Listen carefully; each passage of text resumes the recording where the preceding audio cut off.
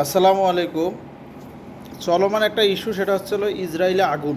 এটা নিয়ে আমার কিছু কথা। ইসরায়েলে যে আগুনটা জ্বলতেছে, সেটা হতে পারে স্বাভাবিকভাবে প্রাকৃতিক বিপর্যয়, একটা মেনে নিলাম। কিন্তু ইসরায়েল এটা বুঝতেছে এখন যে প্রাকৃতিক দুর্যোগই হোক আর আল্লাহর গজবেই হোক, বিপদ কতটা ভয়াবহ। কত বড় একটা পরাশক্তির দেশ, যে কাউকে ডরায় না, বরং সে এখন সাধারণ এই আগুনের জন্য আন্তর্জাতিক সহায়তা চেয়েছে। তার মানে কী অবস্থা সেখানে।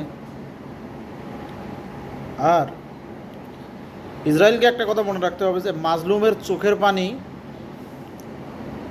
আল্লাহর কাছে কবুল হবেই। কারণ তিনটা দোয়া, আল্লাহ এবং বান্দার মধ্যে কখনো কোনো পার্থক্য থাকে না। তার মধ্যে অন্যতম একটা দোয়া হলো মাজলুমের চোখের পানি। প্যালেস্টাইনে যেভাবে তারা ছোট ছোট বাচ্চাগুলোকে মারতেছে, কি এক বিভীষিকাময় অবস্থা। ছোট বাচ্চার গলাটা উড়ে গেল, বোম মারতেছে। ইভেন এমন কোনো ক্রাইসিস নাই যে যুদ্ধ অপরাধ ইসরায়েল সেখানে লঙ্ঘন করতেছে না। ইসরায়েল সেখানে হসপিটাল, আমরা তো জানি হসপিটালে কোনো সাধারণত যোদ্ধা থাকে না। হসপিটাল কোনো যুদ্ধের জায়গা না। আশ্রয় কেন্দ্র কারা যায়? যারা একবারেই নিরপরাধ মানুষ, যারা নিজের জীবনটা বাঁচাতে চায়, কিন্তু বর্বর ইসরায়েল সেখানেও হামলা করতেছে। মানে সেই জায়গাটাও তারা ছাড় দিচ্ছে না।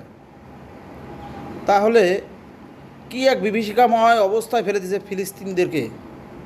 ফিলিস্তিনিদের কিছু তো করার ছিল না, তারা শুধুমাত্র বিচার একটা আল্লাহর কাছেই দিয়েছে।